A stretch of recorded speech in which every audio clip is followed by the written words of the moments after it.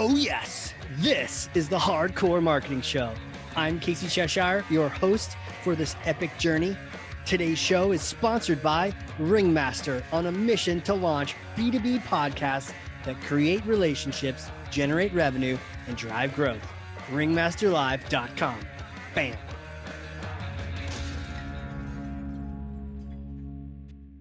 Oh yes, I have hit the button, and you know what? I have popped the lid on this Gold Peak Real Brewed tea. It's a sweet tea. And no, this is not a sponsorship, but you know what? Gold Peak, if you're listening, hey, what's up? Actually, my guest today requires some caffeine and some sweet tea and some energy because he is so much fun. And I can't wait to introduce you to him. He's just so cool, so experienced. We're going to learn a ton from him today. A serial entrepreneur, investor in multiple businesses, a marketing oracle. That's right. He sees the future. A sultan of swing, a prolificator of Washington, D.C., connector of the connected, and my friend, co-founder and partner of Model B, Ashtan Moore. Welcome to the show, sir. Wow, we can end it right there. That was perfect. We'll just end it. You know what? Clip that. That can be your wake-up alarm on your phone in the morning. Done. That was perfect, Casey. I mean, what more do we need to do?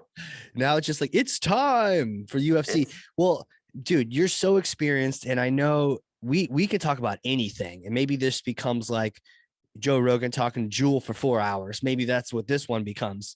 But you know what? Let's get into it. I can't wait to learn from you because I know you have a successful agency. You've got multiple businesses, and you have a way of seeing the forest from the trees. So I'm going to hand you this thing.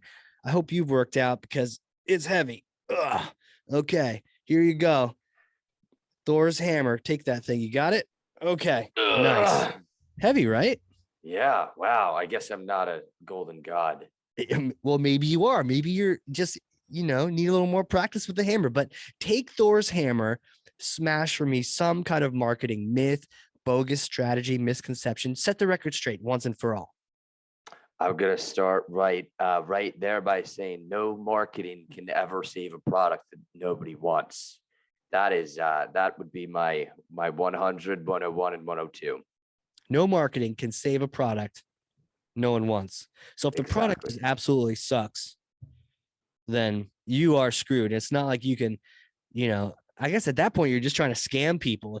And it's still not going to work that well because people know it, and then the reviews just pile up and you're just done. Well, you can sell it through, for example, I'm kind of an ad guy. I mean, I love all marketing. I love brands. I love good brands. I love good bottles, tea, sweet tea. Mm-hmm. Yeah, love it. Honest tea. Yeah, all tea.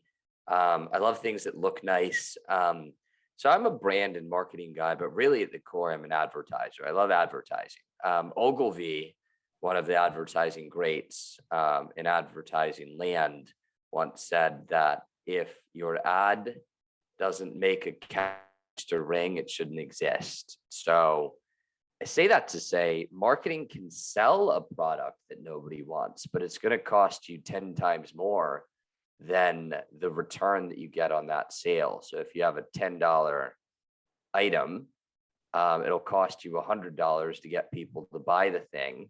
And then you don't really have a business. And is that even a product? I don't think so. I don't think so either. I think the internet gods just kind of muted us real quick. What did Ogilvy said? If your ad doesn't make what happen? The cash register ring. It shouldn't exist. The cash register ring. It should ring when you run that ad. You should sell more typewriters and more tea, more widgets and gadgets and whatsits and services. Because otherwise, I mean, and you see this happen a lot. It grinds my gears, as you might say, because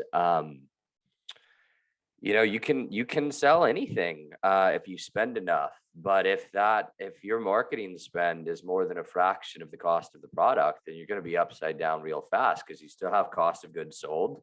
So you still have to pay to have Thor's hammer carted across a boat.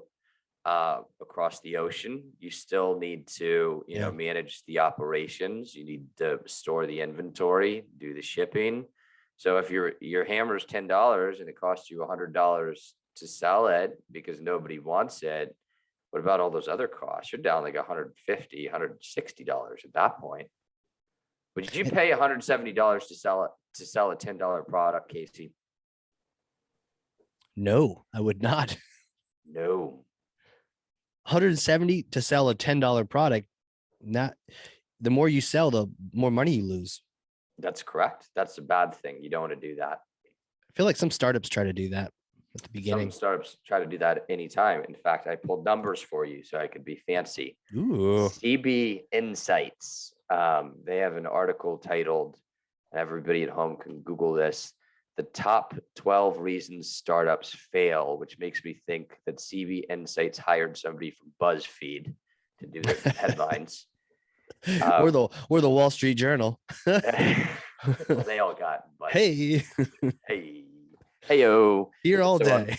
On August 3rd, 2021, they published the top 12 reasons startups fail. And the number one reason is not what we're talking about. It's actually running out of cash, or failed to raise new capital, which is probably why Vern Harnish, a great startup entrepreneur founder guy, talks so much about how important cash is. So the number one reason you run out of cash. The number two reason, so 38% of startups fail because they run out of cash. 35%, the number two reason, which is what we're talking about, fail because there's no market need. No more. And then the next reason is actually only 20%. And then everything is it goes down into the teens and all that. So it's a pretty big reason. It's over a third of all companies fail because the market doesn't want the thing that they've made. And there are a myriad of reasons for that, Casey. There are so many. They just don't want it. And that's where we get product market fit and those kind of things. Exactly. It's a lot of people just take a thing to market, because they think it's a good idea. And what happens is they'll go and ask their family and friends, and their family and friends will want to be super supportive of the young founder. I mean, young in coming to market, not in age. You can be any age as a founder. But the new founder, like all their friends get excited, especially their mom. And they're like, that is the best idea I have ever heard in my whole life. And I would absolutely pay $12,000 for your drone powered toothbrush. Yes. Would you brush your teeth with a drone, Casey? No, but I'd like to watch somebody else try it. Me too. Maybe their revenue could come from YouTube videos. Yeah, I think Mr. Beast might want a little taste of this action. That could be the product, actually. It could be like, whoever does this, I'll give them $1,000, but you don't get dental insurance from it either. Failed products, a YouTube series. Maybe. What are you doing later, Casey? Should we start this? Yeah. Sounds like a great idea. Let's get our parents to invest. They're gonna say it's a great idea too. I don't know if you have any of those parents that I have at least one who would be like, that sounds like a terrible idea, which is actually, now we are talking about it, is actually a good thing. That's great. And you should buy them like wine or bourbon just for being a great person, for being honest about your pursuits. Yeah. A lot of people are afraid to speak up. Not everyone can handle that. Well, I mean, the thing is, a great founder, and here's the other part. A lot of founders have set off on the path because they think they're right about everything. And, you've got the big Superman guy or Supergirl gal, Superwoman doing the thing. And people, usually founders are aggressive, in a good way. Like, they're not afraid to fail, but they think they're always right. And so when they get a couple people who say that's a good idea, they're off to market.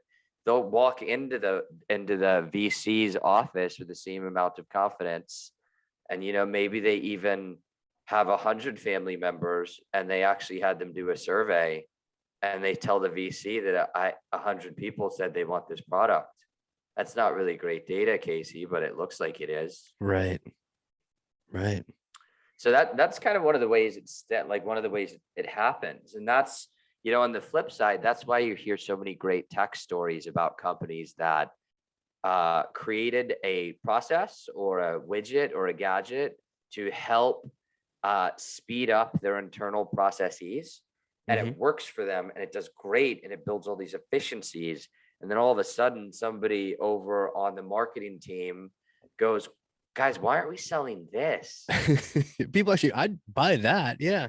Yeah, people like, you guys are having a hard time selling your toothbrush drones, but we like our inventory logistics system for all the product that nobody's buying is the most incredible thing in the world. So why don't we sell that? Because these brilliant programmers that we hired to solve this problem solved a real market use case, and there are 100,000 other product companies who can afford to pay for this efficiency because it helps them save money that goes to their bottom line.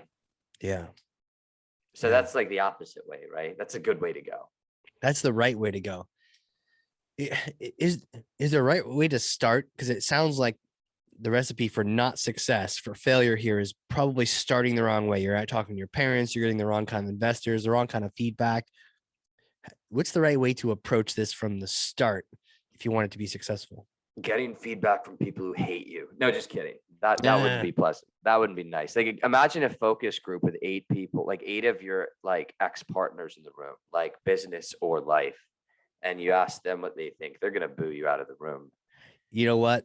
They're not even gonna sign up for Harry Potter. You know, that poor editor who read Harry Potter at 8 publishers or whatever it was before one actually picked it up. We're like, nah, this won't go anywhere. Yep, exactly. Well, there are great ways. I mean, I think there are sort of more mass market ways. Like Kickstarter is a thing that works pretty well. True, yeah. You see a lot of great products come out of there because essentially, in order to pay for it, like 100,000 people have to sign up, or else it doesn't get made at all. So that's pretty cool because that's like super crowdsourced. That's like everybody who like wants new stuff. That's great validation. That's kind of a step down the line. I mean, you know, it's just really soliciting feedback from people who don't know you. You know, just neutral feedback from people who actually understand what that thing is going to do for them. So if it's a product geared towards old people, you don't really solicit feedback from young people, and vice versa. Or if it's you know, B2B SaaS or tech or professional services for the education industry, you probably don't want feedback from like the total opposite industry, like the hospitality industry, or the gambling industry, the casino people. Like, Right. so the point is, you want to get to the people who have a neutral opinion of you and really just talk to them about whether or not they think your thing is going to help them. And then it's also good to ask them what they'll pay for it. Because if they say that this thing is wonderful, but I'd only pay $10 and it's going to cost you $100,000 to, you know, fabricate it, and then $50 a unit forever, that's probably not good. So yeah, just getting that true feedback about whether or not people would buy it, and then you know, just asking, how would they want to use it? Like, how often would they use it? Like, what would they pay for it? You know, and even better, if you can start doing like really cheap ways to see if you can get people to sign up for stuff. Like, for example, if you do a landing page and you say, if you're interested and being the first to know when this is released, put your email in. Like, that'd be great. That'd be a good thing to do. There are a lot of companies, Google and otherwise, who do a really good job of essentially testing the market to do it. There are major research companies who can do omnibus surveys, good qualitative and quantitative data. I actually recently built a product. I got so frustrated with this so when people would hire my ad agency and I couldn't move their product in our early years, I would assume it was my fault, and assume that maybe my product isn't very good. But you look across the board in my agency and you've got people who, I just did the numbers yesterday. Remember, I had one nonprofit a while back who I just couldn't even get. I actually could get email signups, but I couldn't get donations through ads. And I tried everything. So I could get email signups. And actually, I think they may have been in the black if you modeled out an email campaign over 12 months in terms of drip donations to the emails, but we weren't, it wasn't that sophisticated of an environment. So we never would have been able to really know that, because we don't really build the organic environments. We run the ads, right? And then Right. we count the number of acquisitions. And if you let us have access to your CRM, we can model all the rest. But a lot of people don't use their CRMs well. So we can't pull that data out to show the true return. The people who do are the ones I like to work with, because I can show true return. But say all that to say, I just did some, so back in the day, we were working with this nonprofit who we couldn't get any donations proven, but we figured out how to get email signups. Okay. And I felt like we didn't do a great job. I felt like we did a good job. But realistically, my thought was like, maybe people don't want the thing, but you can't really point your finger at them and tell them that. But I just did some modeling for another nonprofit we're working on, and we turned $200,000 media buy into $1 million last year. Wow. And like attributable donations, like mostly attributable. We need to do some more integration work, but like based on their business metrics, they believe that 9 out of 10, essentially that are, $200,000 turned into $1 million, and that's amazing. So I say that to say, I used to think it was my fault, and then I started looking at all the data, and I started to realize that on the campaigns where I couldn't prove a true return, it might not be a thing that people want. So what I started to do on the advertising side, Casey, is I started to say, hey, how many sales do you have? And if it was like an e-com or a DTC product or a B2C product, I'd say, great, how many reorders? So if you give me those 2 data points, I'm going to know with some reasonable certainty whether or not people want your thing. Because if your answer is I have 10 orders and 2 reorders, and the lifetime over the last 5 years, I'm going to be like, okay, that's really scary. And I say that now. I'm like, great. So we're not really going to be advertising for an ROI. We're going to be advertising for market research. Okay. Because otherwise I'm wasting. If I say that I'm going to bring you a return on that money without a proven product, I'd be lying to you.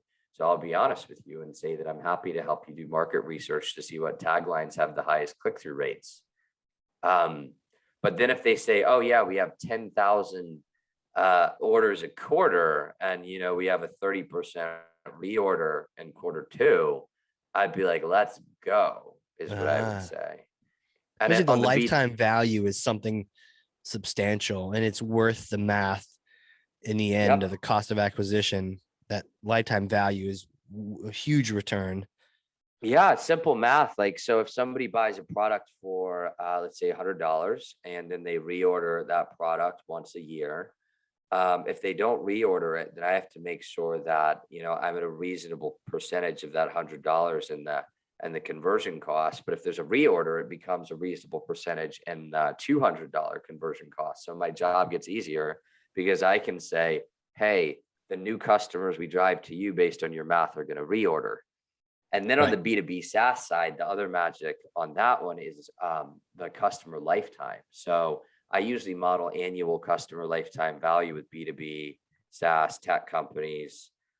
Say for example, they're, a good benchmark. And when you're driving leads, Casey, is 1 to 100 usually convert. And I don't mean MQL, marketing qualified leads. I mean, just pure leads from advertising land. A tech or a SaaS company usually closes 1 out of 100. I don't know why that's true, but it is, assuming they have a viable product. And so if they're so good number would be 1 out of 100 leads convert. I wouldn't say good. It wouldn't be bad. I'd say it's average. Sort of like that's a lot. 99 people who are just not a fit. Well, I'm talking about leads. Like, the thing is, if you do a great ad campaign with a great message that's brand forward, compelling to the target audience, right place, right time, right message, I mean, geez, that could drop to 1 in 50. It's really just a very general 1 in 100. And for a company charging $100,000 a year for their SaaS product, that's great. That's true. Don't get greedy. Yeah, and good return. because your leads aren't going to be more than, a few $100s probably.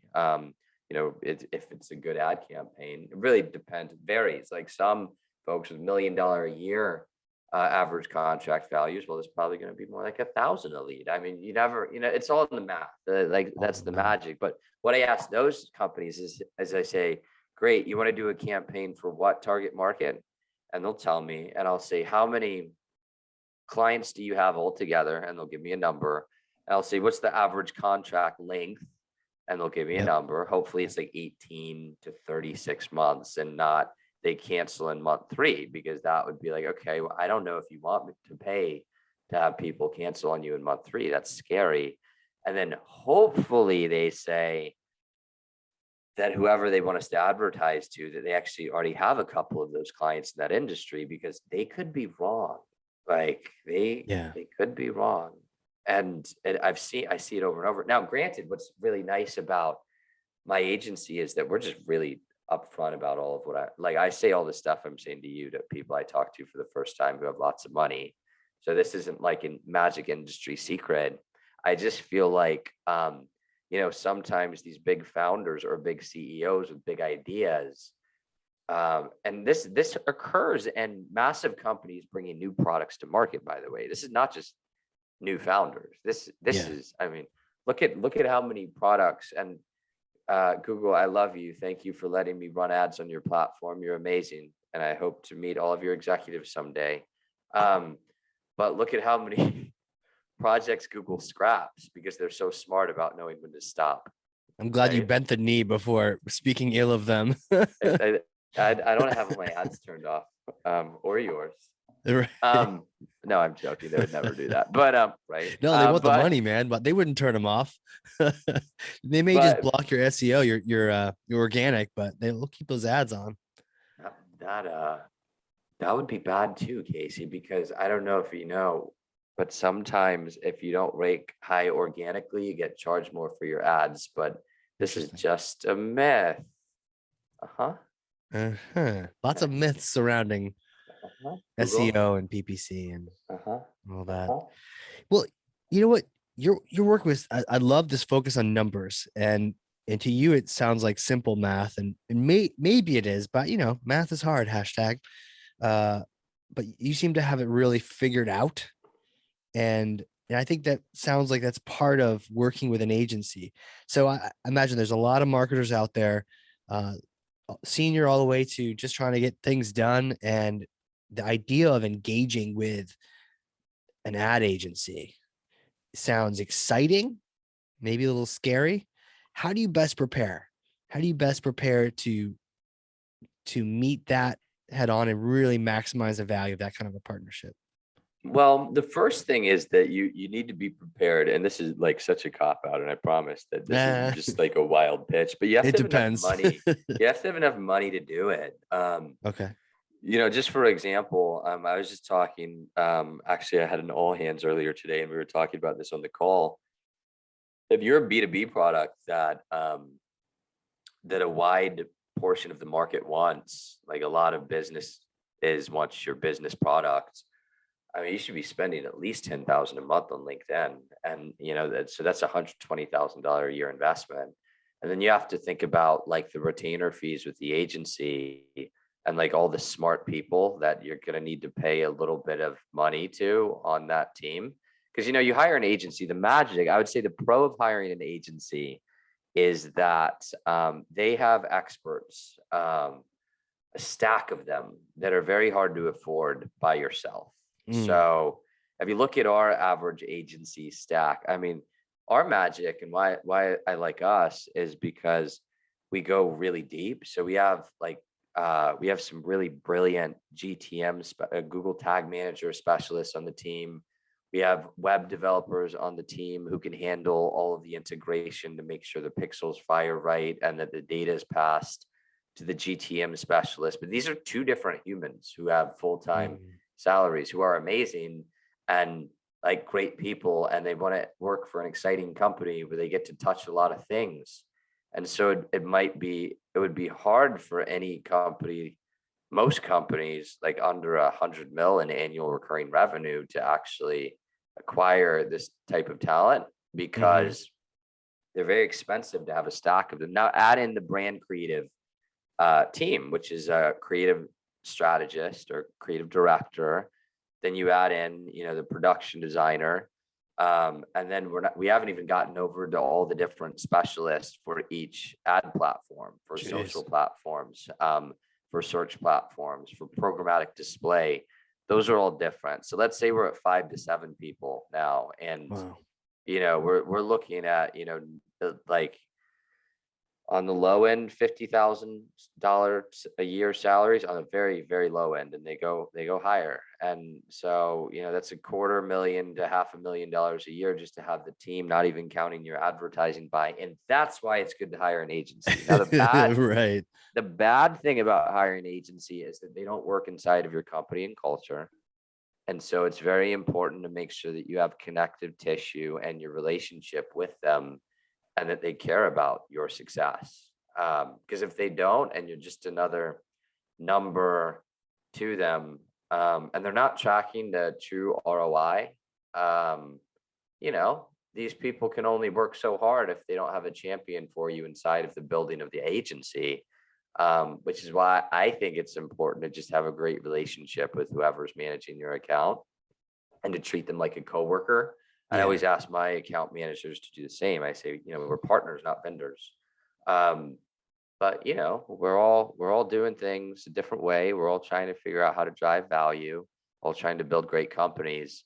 It's just, a matter of looking, in my opinion, whenever you're working with other companies and vendors, is what return are you getting back from your dollar, and how does the data show that? And if the agency can do that, everything else is kind of moot. If they can show that you give them $1, they give you back 3, 5, depending on the industry, 8. I mean, it doesn't matter if they don't like you at all. Do that all day. Yeah. How many more dollars can I give you? That's fine. Yeah. That's fine. Son. Take it all. Take my whole bank account. Oh, that makes total sense. I'd love to shift a little bit. What about events? I know we met at one, but how do you see events going for 2022? I know we got different bugs flying around trying to give us all a cold and worse. So what's your take? Are we getting back to in-person events? Are we not? And are you excited to go to any marketing events this year? Our marketing director, who's awesome here at Model B, is trying to help me find events. And there are a couple of maybes in New York. I mean, I love events. I want to be at all of them. Yeah. Except I would take being on this podcast as number 1 and being at an event as number 2 for my schedule always. But why is that? Real quick, podcast over events.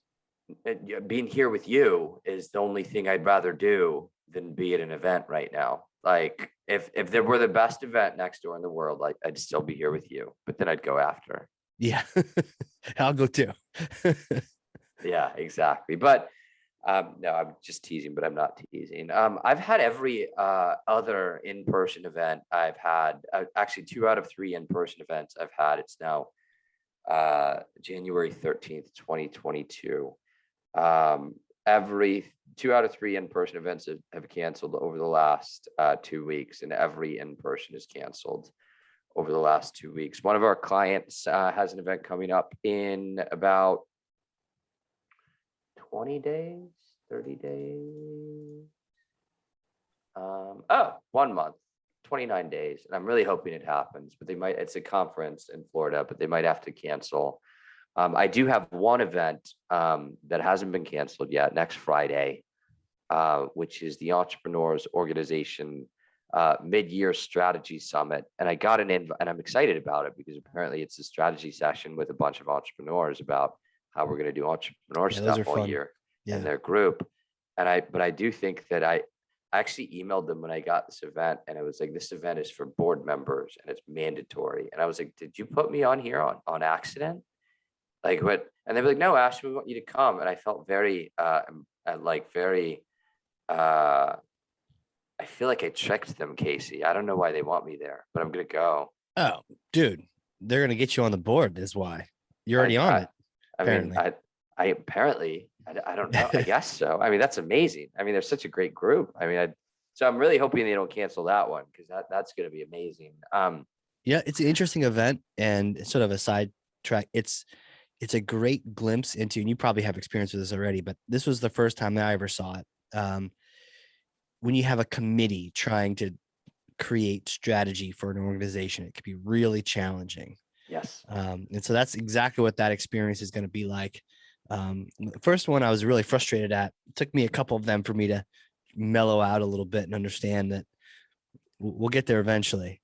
But it's a little different from a hierarchical power structure you might have as an entrepreneur. It's very much a committee figuring things out together.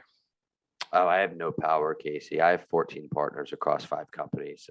I do what I'm told. No So I'm kidding. used to that. No kidding. I counted the other day. It was 14. So, Man, you just need to open a bar where you just you. Yeah, I just let them make the decisions unless they're really bad. And then then we go for a walk. Step in, make a change. We just go for a walk. Take a walk. Well, in DC, right? Go for a walk and only one of you comes back. I think you're thinking Chicago. Go visit Arlington or something, and one of you comes back from the walk. Yeah. But so no, I mean, are there any marketing events that I need to know about that you're excited about? Not to flip this, but I am. This is a tough one to flip, right? Because I've been in this Salesforce ecosystem for a long time, and just finally now getting out of it so I can start looking at other events. And so I'm kind of new to the scene. I'm not too sure of any other than the EO events of what some marketing events might be that are worth checking out. So that's why I added it to the show. I was gonna be at so a great one. I mean, it's so super popular, but it's South by Southwest. Always has some South good by, stuff. yeah. But I was gonna go to, this is not marketing. I was gonna go to Sundance next week, and they canceled it. Oh, they It did. made me really sad. Is how I felt. I felt sad. Have you been to South by before? I've done South by. I remember I was working at an agency called McBee Strategic, now called the Signal Group, and I was helping them build their digital offering, which was a lot of fun. And they sent me there to recruit engineers. In retrospect, I realized that I should have just put an Indeed ad out, but it was a really great excuse. Mine was pretty funny. I was sent to Austin, happened to be at the exact same time as South by, and that wasn't on purpose from them, but it was a core metrics analytics training conference. You poor thing. I know, but that was during the day, and then by night we all just drove into town. Oh, that's amazing then. Okay, great. So you still got to have the Austin experience. We salvaged it, yeah. Yeah. You salvaged it. And then I tried walking back from the downtown to the outskirts. It's far. Yeah, you probably shouldn't have done that, but that's okay. You're here, so you're still I got some alive. steps in. Yeah, maybe a couple of thousand more than you hoped. Yeah, a lot. A lot of steps. Okay, so yeah, that's it on events. What about books, my friend? Are you a reader of the books? Do you listen to them? Do you read them? Do you have any that you recommend? I'm a reader of the books, and I'm rereading my favorite. I love this question. We should have started with this instead of me rambling about math for 20 minutes. Do you know who Bill Campbell is? Do I know who that? I know the name. So they call him the $1 trillion coach, and that is in fact what his book is titled. And he grew up the $1 trillion coach. He grew up as a football coach and stumbled his way into Silicon Valley, stumbled his way into a position as CEO of Intuit, stumbled his way into a rather renowned venture capital group, deciding that because they have entrepreneurs in residence, they should have business people in residence too. And so when they'd invest in a company, they would assign Bill Campbell as coach to these fast growth startups, and he would just go around and he'd coach them all. And so he coached everyone from Marissa Mayer to the folks over at Google. to the folks over at Apple, to the folks like basically all of them. So they call him the $1 trillion coach because if you look at when he started coaching companies to when he stopped and their ultimate market value, he drove over $1 trillion in revenue. I love that book. You should read that book twice. $1 trillion I'm reading coach it for the $1 trillion coach. Okay. Yeah. Do you read it or listen to it? I like to read because it's faster, and I don't like to listen to the sped up books because I feel like I'm listening to Alvin and the Chipmunks, even though I know that's like a life hack. And also I like to mark in the books and like write things. And I gave one of my books away recently, and I just got a text message from a buddy of mine who found a profanity from yours truly written in the corners of one of the pages, and he got a great kick out of it. Wow. So I like the reading. Okay, cool. Bill Campbell. Oh, so it's not even by Bill. He didn't even write it. It's by some of his mentees. His mentees, Schmidt, Rosenberg. Okay. So his mentees wrote it. Interesting. Yeah. Is he still around? Did he die? No, unfortunately. I think he was 76 of health complications. Huh. He had a good run, and I want to be him when I grow up. So if you're listening, Bill Campbell, you have you're my mentor too, because I read about you and I want to be you. How do you feel about your in terms of the next book, Casey? How do you feel about your New Year's resolutions, or like, do you make any? Yeah, it's a good question. I have a whole system I've sort of developed over time. I've had some great help with people throwing stuff at me and different ideas. But I've had this whole Google Doc that I've been doing for a while now, every year. And I start out by filling out this section where I say, actually, 2021 rocks. Because I think we look back, and I think there's even a meme that's like, oh, 2022 is like 2020 part 2. And, but it's like, actually, last year was good. And the year before that, 2020 was actually a good year. If you're looking for those things, if you're looking for a Jeep on the road, you'll find another Jeep. If you're not looking for them, you won't find them.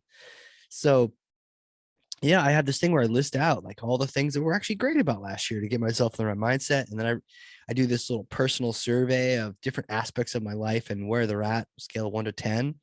And I sort of draw out this little circle and figure out where the big gaps are. And I start dreaming up ways to plug those gaps. And then I'll go grab a cigar somewhere and just kind of like chill out and think about what I want to do the following year. I think there's a lot of opportunity for it. So yeah, man, I love sort of planning those fresh experiences. You're a very wholesome person, Casey. Thanks, man.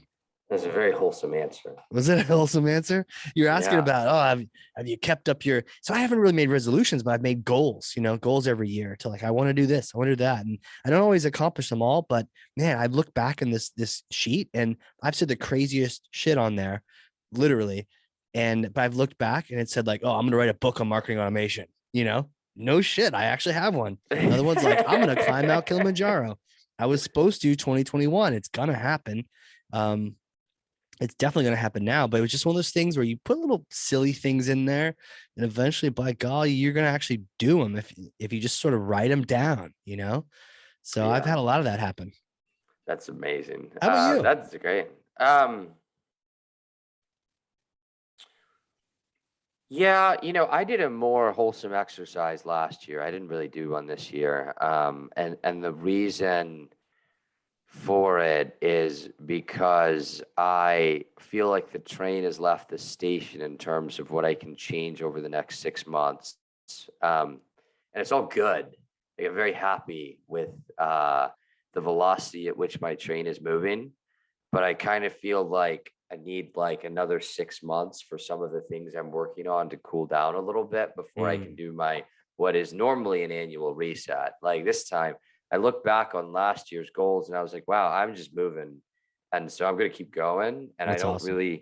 It's not that I didn't reflect. I reflected on the need to reflect. I was like, I think I'm just going to keep sprinting because I'm very peaceful right now, but I'm moving very quickly. So I'm going to kind of keep that rolling. But say all that to say I want to plug the book Principles by Ray Dalio as well. Oh yeah, that's a good It one. is an amazing book, just about, and I love the journey of Ray Dalio, founder of Bridgewater, learning how to both be the leader of a company as well as the product guy in a company. I think it was just a really amazing read. And I feel like he runs through a lot of his guiding things in life that really helped me a lot in terms of the process of failure to success. So with that brief break for Casey's New Year's resolutions, for those looking for a little self-improvement, I think Principles is a great book. I could actually do this. Like how many hours do you have? I can plug books for days. Yeah. Okay. Cool. Dalio's was a tough one because the first part of his book was some legit math and history, but I found that it was helpful hearing that because you understood where some of the principles came from. Yeah. A lot. My girl doesn't like books. My significant life partner, as I like to call her, doesn't like books that start out with a bunch of math, but sometimes it's necessary and helpful.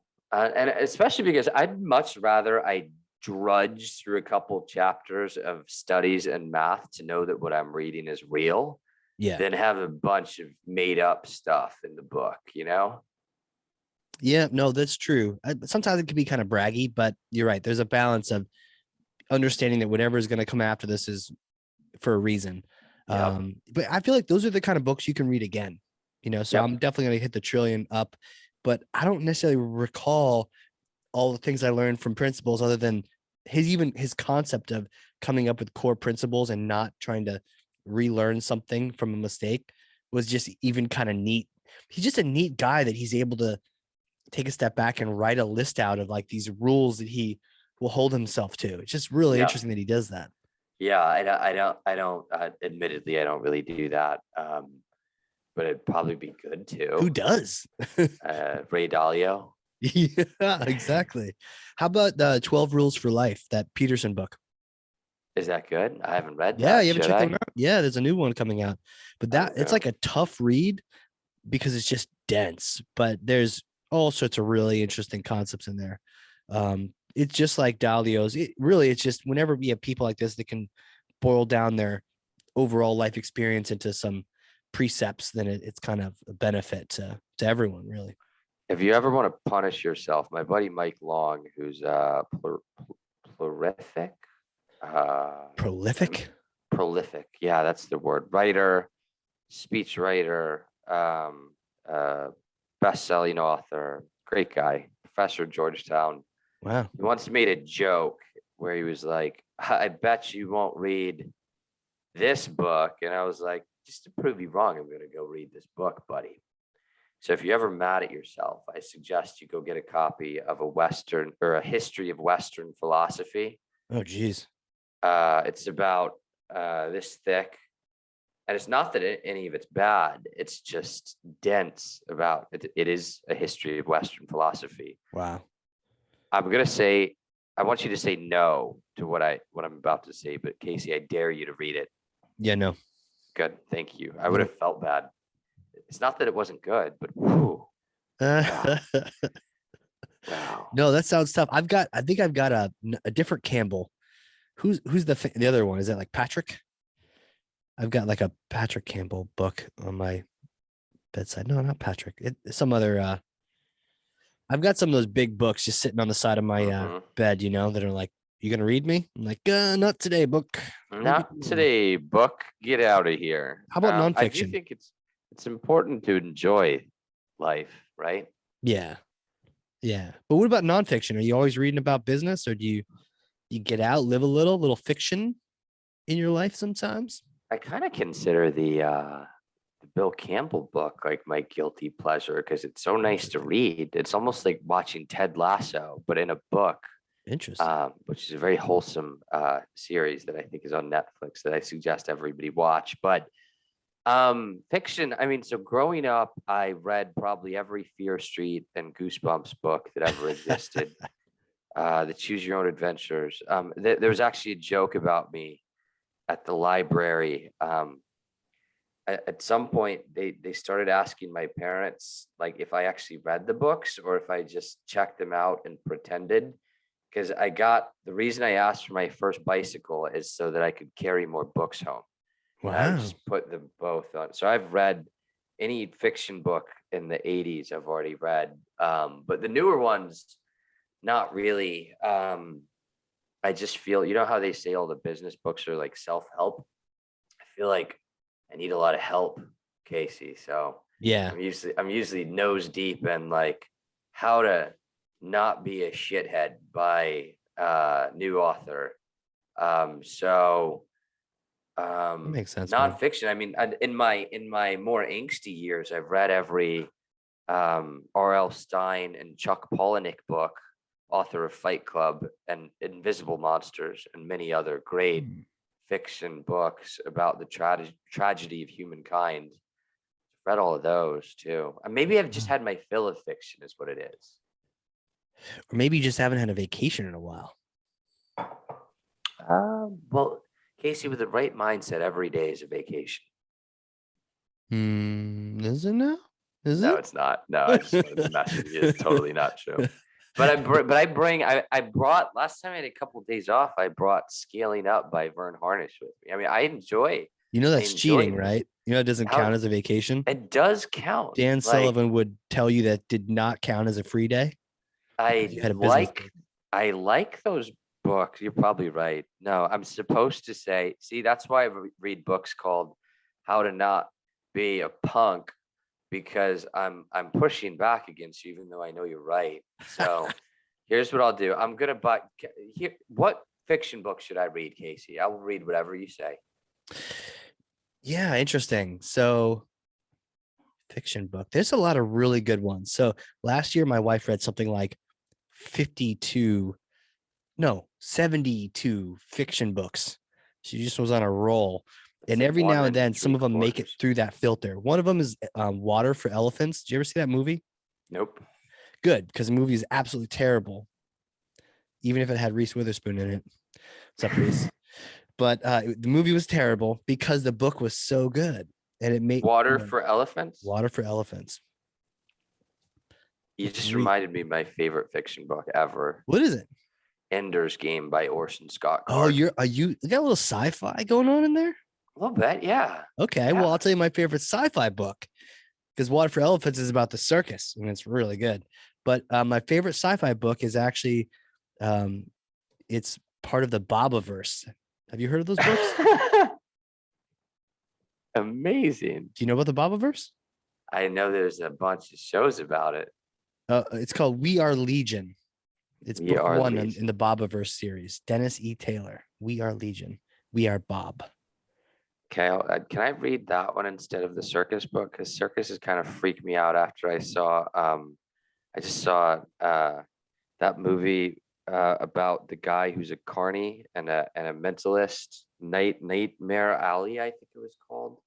I'm You're watching forever too much bad scarred. TV over there. No, it's a movie in the theaters. It has let's see, it's about these it's Bradley Cooper. It's the new Bradley Cooper movie. And I walked out of the movie theater and I looked at Joy, my SLP, and I was like, I don't think I'm okay. We need to walk home and watch Ted Lasso. Because that was horrifying. I don't Jeez, think it was horrifying, Casey. Don't watch it. I won't. Good. Yeah, I I'll stay just helped away. you. I just helped you. Meanwhile, We Are Legion, We Are Bob. You could actually even listen to it, because I actually have listened to it like 4 times. The 4 whole series. times. The whole series. It's a trilogy. I How love good the is it? Bobaverse, man. It's really cool. And the narration by Ray Porter. He is my favorite narrator. And he just absolutely nails it. So if you get it on Audible, We Are Legion, the Bobaverse, it's the almost best in the Bobaverse, because he does a different voice for each person. Is it as good as Guardians in the Galaxy, the movie? I say it's better. I mean, Okay. everyone loves a good Groot and a raccoon with armor on, Mm-hmm. but the Bobaverse is really good. All right. You got me. I'm not going to listen to it though. No, you're gonna read it? Yeah. Okay. I'm going to order it today and Do it. report back, It's a really good book. but only if you don't watch Nightmare Alley. I'm not, anything like Nightmare Alley, that the name alone is gonna eliminate me from it. It's funny. The girl who brought me there, her name is Joy, and that movie was not joyful. Yeah, it's like he met a Dementor or something. Yeah, it was bad. I mean, it was, sorry, mind you, Bradley Cooper, because I want to hang out with you one day. You were amazing, and the movie was amazing. It was just horrifying, the script and what happened. Oh, it was horrifying. It's not good. worth It's watching. good to sort of set the record straight in case It you got a just critic review of 80% on Rotten Tomatoes and an audience review of 60%, which means that it was very well done, but it was deeply terrifying to the core. Right. Now, what if one day you're on an airplane and you end up sitting next to Bradley Cooper, and right before he says hi to you, you actually realize he's listening to this podcast? It was a good thing you just cleared your name just now, so that when he reaches over and you shake hands, you guys can be friends. You notice how every time I say something that could potentially be bad, I try to self-correct so that I don't have to worry about what's out there in the universe. Right. Put it I'm out like, there. Google, don't fire me. Bradley Cooper, hang out with me. We could be buddies. You seem like a cool person. Yeah, he could be a great person. You never know.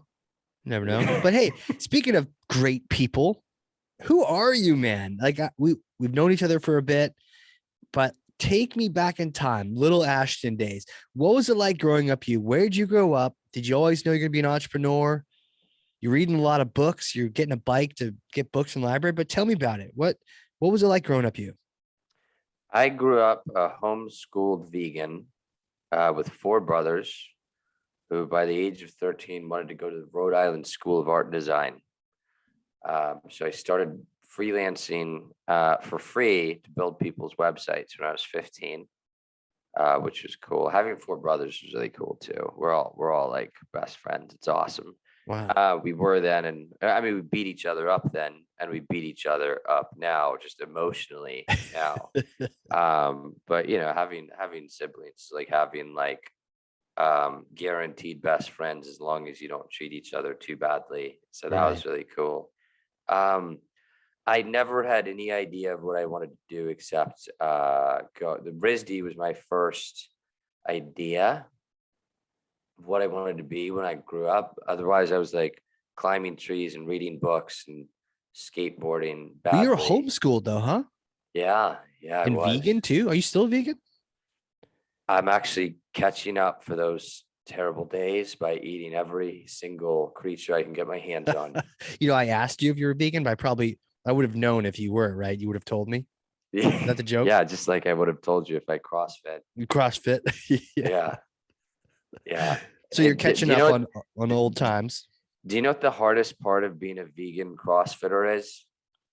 What do you talk about first? Exactly.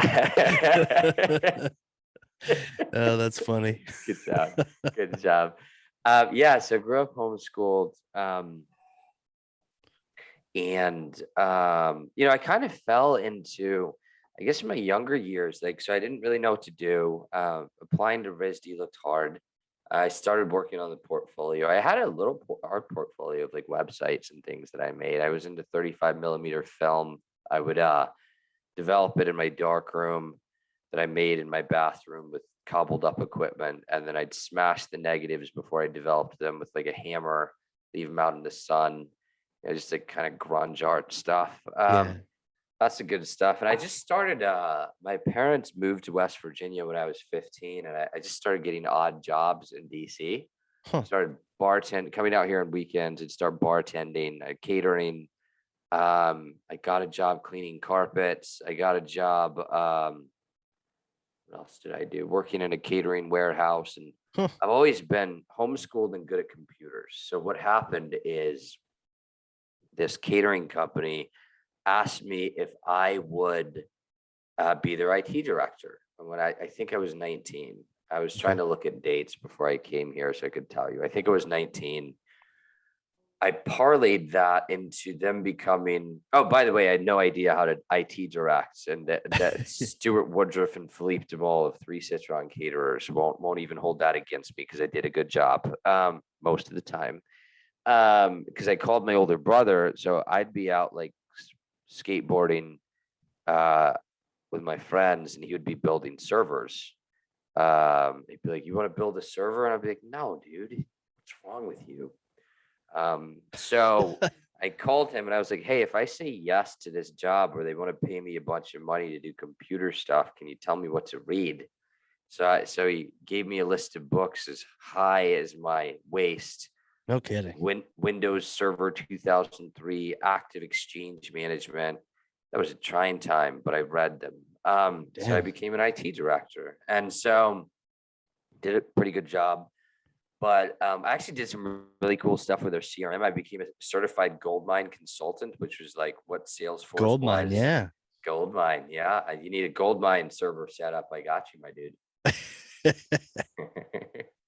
Yeah, you're a Salesforce guy, right? So Sure. yeah, I was certified a goldmine consultant, and I parlayed that job into them becoming my first client at my first company, which I had no idea how to run.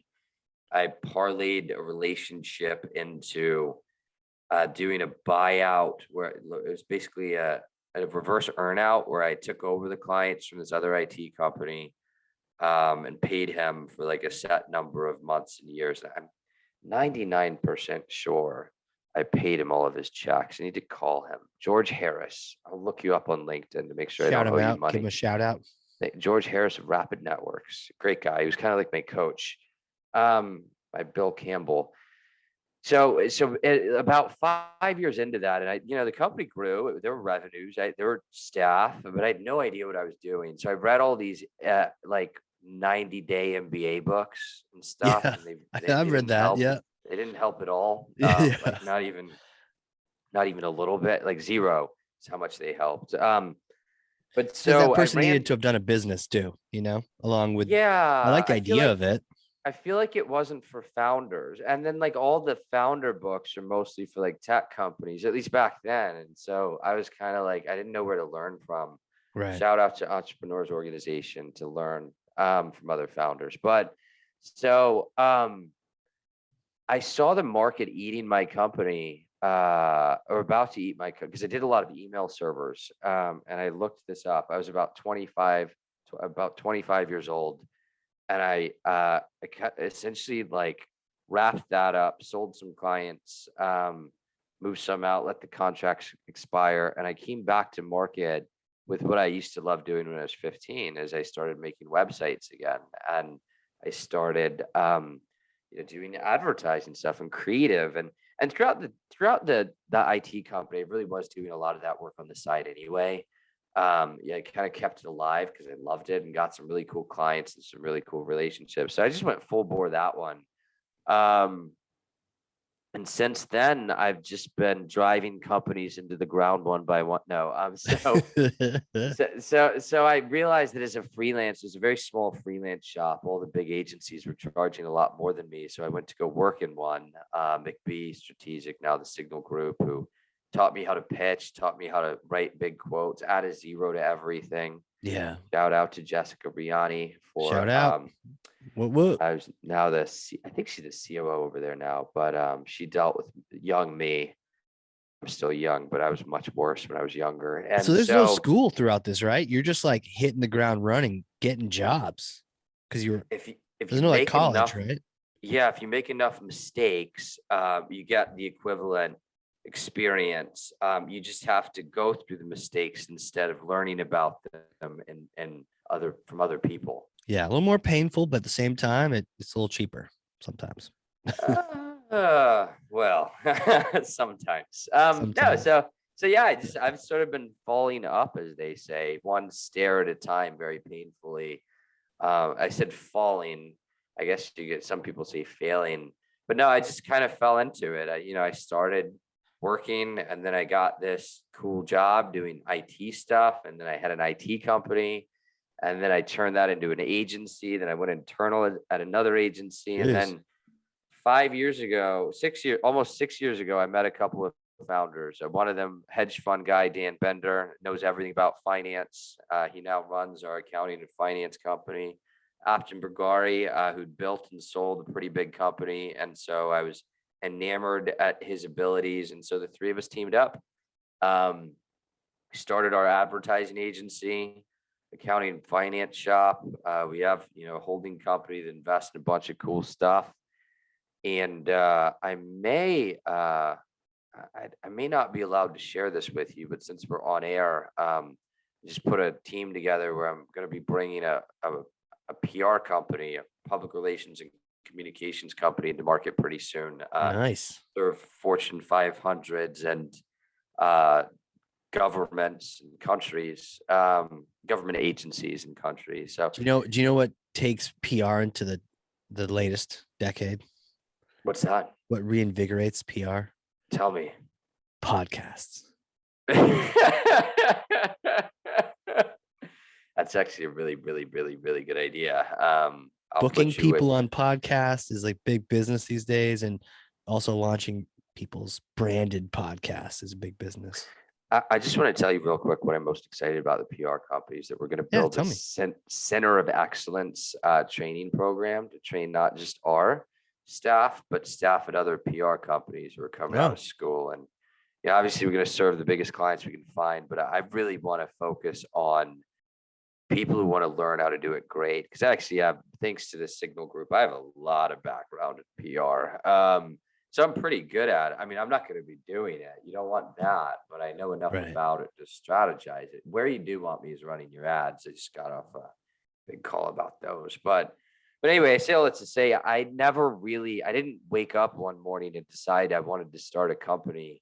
And I didn't really even like doing it that much until the last couple of years when I started like meeting people who could tell me the thing and partnering with Dan and Ashtan and my two partners and like everything. We're basically married. But until, you don't really like doing something that's hard, that you're bad at, that hurts like ever, but I just kept doing it.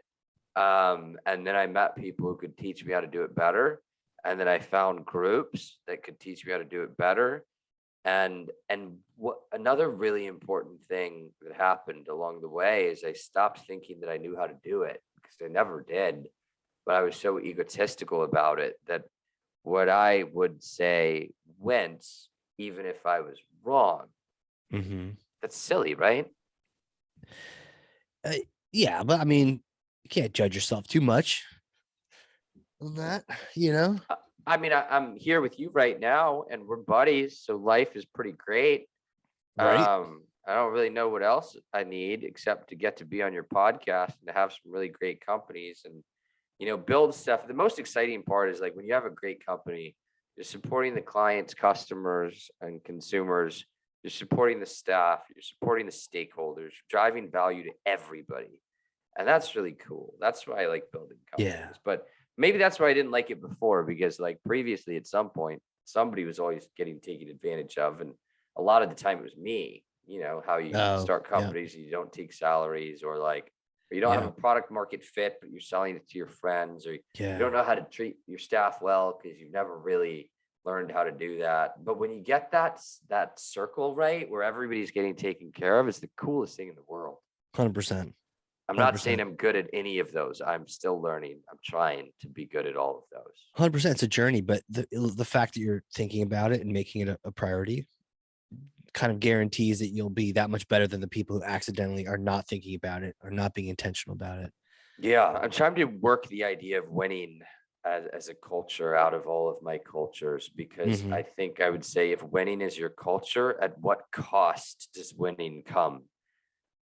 How about working together to provide value to all parties involved in the build? Yeah. How about thinking about, our thoughts and feelings and, just taking care of each other as a unit, as a group, as a tribe, not as a family. I don't like it when people use the F word at work, the family word.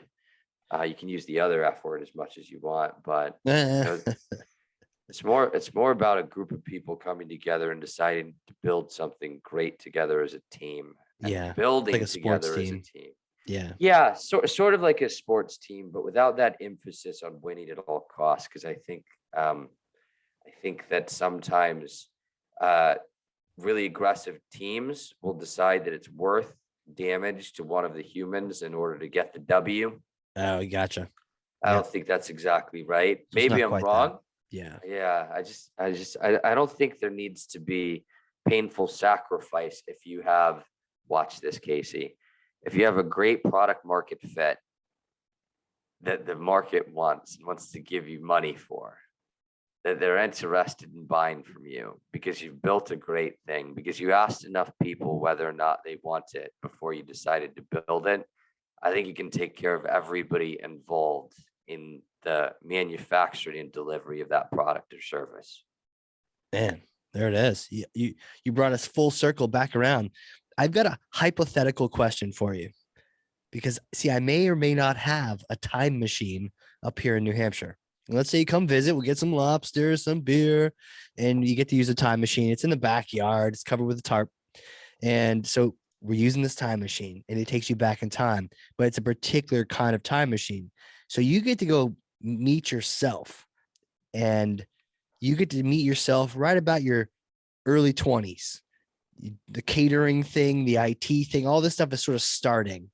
You get to go meet that version of you, and you can talk to yourself as much as you'd like, and it won't mess up the space-time continuum. What kind of things are you telling yourself?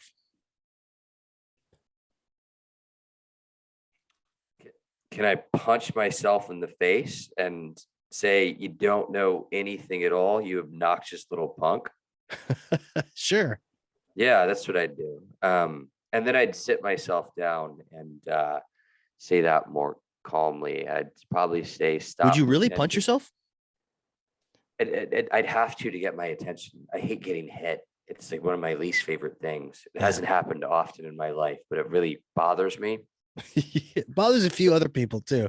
Yeah, because otherwise I wouldn't pay attention to anybody. I would be too self-absorbed Yeah. about how great I was. And I'd like, I don't know. I feel like I walked through my early years, and I actually think that's probably how I got anywhere, because I had so much arrogant self-confidence. It probably opened a lot of doors for me, sort of like that, going into the VC's office, like blindly confident that I have a good Yeah. idea, when I don't. But yeah, I would just say, stop pretending you're cool and start asking everybody for help. Like, because what I've learned more recently over the last 2-3 years, is that if you ask for help, you're going to get it. And it's not one of those scenarios where, you know how they say when you're in sales or you're pitching your company to VCs that you're going to get a lot of no's before you get a yes. You don't really get a lot of no's when you ask for help. And by that I mean, hey Casey, I've got a marketing problem that I'd love to pick your brain on. What, like, you want to connect on Monday? Like, what would you say to that? Sure. Exactly. Of course. Because it gives you the opportunity to help somebody else. And that's amazing. So that's why I always say yes when somebody's like, can we take a meeting? I'm like, yes, what do you need? Of course. And so I thought that I could find the answers through self-discovery, reflection, reading books. Kind of thought I was, all that. And now I think I still have an ego, of course, we all do. But now the first thing I do when faced with any major decision is ask at least 3 people. And what's happened since then is I've gone from like a 33% success rate to like a 66% success rate. And that is a pretty wild swing. That is a swing. Yeah. Can you point to any time in history where that shifted? Like, how did you go from being this like know-it-all book reading, I got this thing, to being a little bit more humble, understanding that other people may have the answers that a little faster? I may save you some trial and error. Did you get punched in the face, and did that help you, or was it just over time you realized that people could shorten that journey? I got a really great piece of advice from one of my co-founders not too long ago, which was Apton, who said, hey, Ashton, I know you read a lot of books, but like what I really want you to do is like slow down and read them like a page at a time, then walk away and reflect on them. And that was one of the greatest pieces of advice I've ever been given in my life. And around that same time is when I joined this entrepreneurial group, and I saw all these people who I had immediate respect for, who all looked way smarter than me. And I think I kind of threw in the towel in terms of being smart. I was like, all these people are just like me, and a lot of them are way better and way smarter. I'm not cool because I'm a founder. Like I became a little fish in a big pond, surrounded by a bunch of peers in founder land, like whatever that means. Yeah. Wow. And I A think lot it of was those fish also don't act like it either, right? They don't act like they're super smart. They don't even act like it. They don't act like they're. the Titans are the quietest. Yeah, They're the quiet. They talk the least. And I mean, just over time, that's is true. also That's why we talk a lot right now. exactly. That's why we're on a podcast, because we're not Right. Titans. Some Titans over there just sipping on his tea, We're watching us. aspiring Titans. Yeah. But yeah, I say a lot to say. I think it was also just getting ground down over the years. I think wisdom does come with age. I know I'm not that old and not that wise, but you just see enough stuff and you make enough mistakes, even Sure. little ones. Like, because little mistakes when you're young are meaningless. Like little mistakes when you're older start to mean a lot more, because you start, at least for me, I started thinking more about minute by minute optimization. And I'd be like, Yeah. oh, I just messed that up. Like that was, and like old me would have been like, yeah, whatever, dude, keep going, faster, run. Right. But then you're like, wait, I don't want to work that hard, like to make up for Yeah. all my mistakes. Yeah. Like powering through it versus being a little bit smarter about it, being more strategic about it. Yeah. Makes a lot of sense. Yeah. What? I'm Hey, sure man. if I, sorry, go ahead. No, you go ahead. Finish your I thought. was gonna say, I'm sure there's like a life-changing moment at some point where like, a switch flipped and it was magical, but I can't remember it offhand. But if I do remember it, I'll let you know when you're giving me marketing advice next Monday. Nice. Maybe it was when you met me. That's Yeah, normally when it is it for was people. that day at Rumi's in Washington, D.C. We had some good kebab. Oh man, that what was that place called in DC? Rumi's. Yeah, Roomies. it's How do you amazing. spell that? RUMI''S. This is the place, everyone listening, when you get to Washington, DC, you need to go there.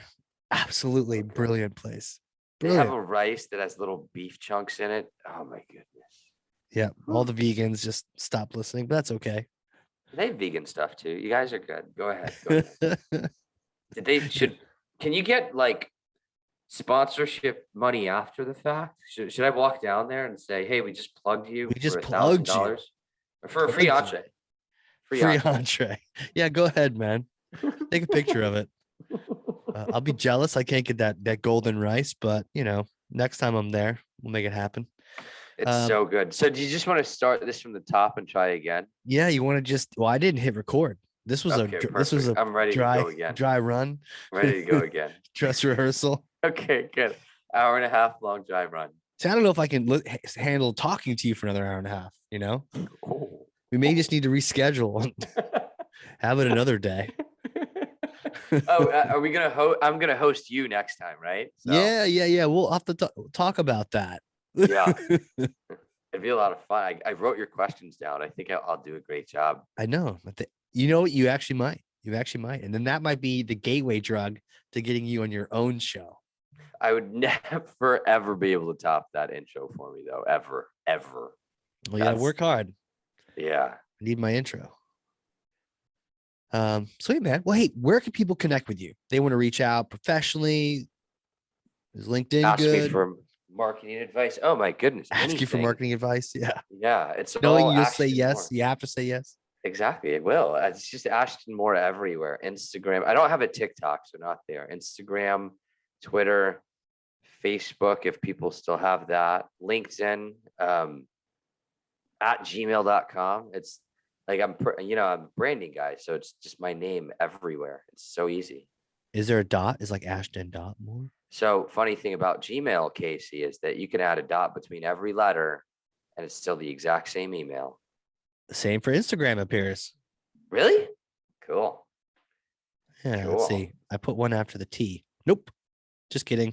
No, it's just Gmail is the only strange service that does that. So, but it is Ashton.Moore at Gmail.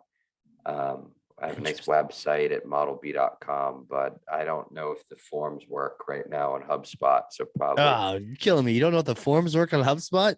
Those leads coming in? I thought it'd be funny to say. Yeah, they do.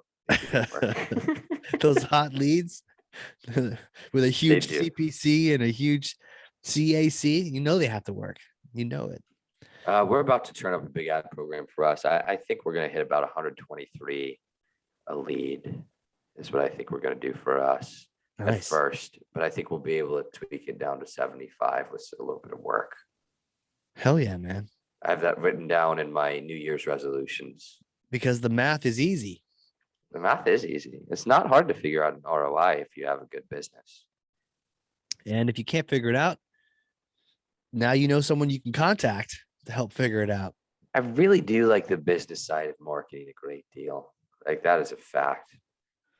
Feel like we can do a whole nother show on that side of marketing, It's kind of what this one was. We have to think of something a little more creative because we're talking about acquisition costs, B2C, B2B. Yeah, kind of broke down all the math. We talked about product market fit. We could do one about strategy. That'd be cool. Actually, I just want to interview you. Go to market, maybe little go to market action. We did some of that today too, though. Did some of that. Wow, we covered everything. I guess cover a lot today. Yeah, man. Well, hey, I want to thank you for coming on here with me. I had a blast. I don't know if we kept anyone with that rambling conversation, but I had a really good time. Me too. Yeah. Thank you so much for having me. Absolutely, bro. And then for those listening, if you learned something, and I freaking know you did, because I literally have pages of notes over here, front and back, then share this with someone else. That's how you're a thought leader to like one person, two people, 907 people, whatever the number. Just share information from this podcast with other folks so they can learn too. Check out those books, The Principles, $1 Trillion Coach, 12 Rules for Life. A lot of good stuff on this episode, man. Ashton, thanks again, dude. My man. All right. This has been another exciting episode of the Hardcore Marketing Show. We will catch you all next time.